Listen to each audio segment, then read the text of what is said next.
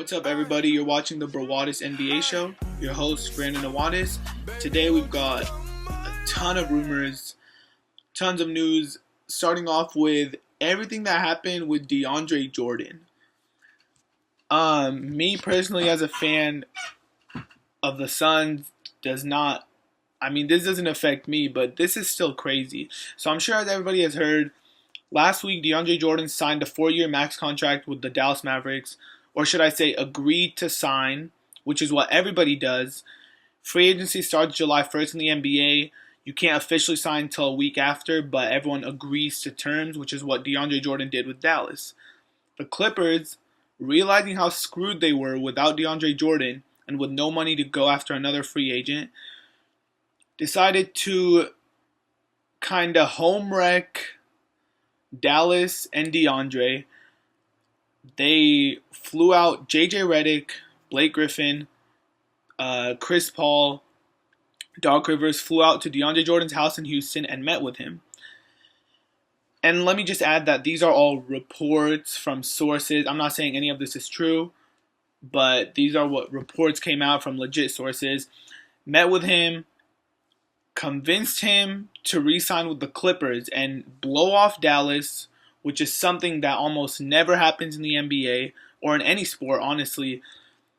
Mark Cuban reportedly was going around downtown Houston, looking for DeAndre Jordan's house, asking his family members for his house, and he didn't get it. He was calling DeAndre, shooting him texts. DeAndre did not open or respond. He didn't answer the calls.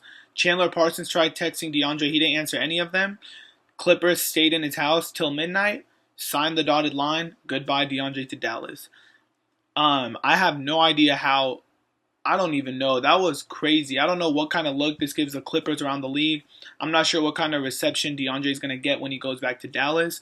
But that was honestly something that we might never see again. On to the Spurs. Oh, man. The Spurs are going to be a tough out next year. I just want to talk about what they did to get their team together. You have Danny Green, who got $11 million per year, new contract. Some people say, wow, that's good money for him. I'm 99%, if not 100% positive that he could have got more money if he signed elsewhere. $11 million is not bad at all for a player of his caliber. He stayed with the Spurs.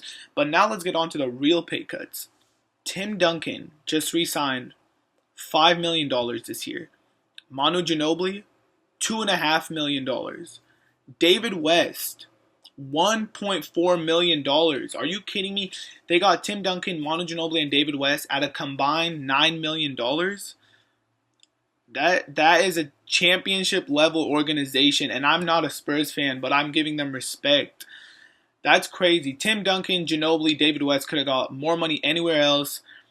David West mainly turned down $12.5 million, his player option from Indiana, to sign for $1.5 million. I don't know. That's crazy. Other surprising news, not really. LeBron James re-signs with the Cleveland Cavaliers, 2 years with a player option for the second year. All I'm going to say, it's crazy how much control LeBron has over not only the Cleveland Cavaliers, but the entire league. David Lee traded to Boston for Gerald Wallace. Gerald Wallace will be waived, so this was pretty much a salary dump for the Golden State Warriors. Celtics took advantage of it. They probably have like 2 million forwards on that roster now, but it doesn't matter because they got a player of David Lee's caliber who can still play for pretty much nothing. Last but not least, Gerald Green. He signed a 1-year deal with the Miami Heat today for the veterans minimum. First of all, I think despite how bad he played last season, that's underpaying for a player of his caliber. $1.5 million for Gerald Green. Another thing, as a Suns fan, I knew he was leaving. We just didn't have room on the roster for him. We have too many guards, and he relationship was kind of tarnished near the end of last season. But it's sad. Gerald Green was one of my favorite players on the Suns. Last year helped us 48 wins. It's going to be weird seeing him in a different jersey. Actually, not really, because this is his 10th different NBA team that he's playing for. Nonetheless, I love seeing him in a Suns jersey. I even had this stitched. Gerald Green. I'm definitely going to go make it out to a Phoenix Suns game versus Miami Heat next year in Phoenix. I'll drive out from San Diego. I gotta go see my boys, Gerald Green and Goran Dragic. Yep, I was sad to see Gerald Green go despite knowing that it was gonna happen. Well, everyone. Oh, also, I wrote him a farewell letter. If you guys care to read it, it's down in the description below. Thank you for watching, and I hope you.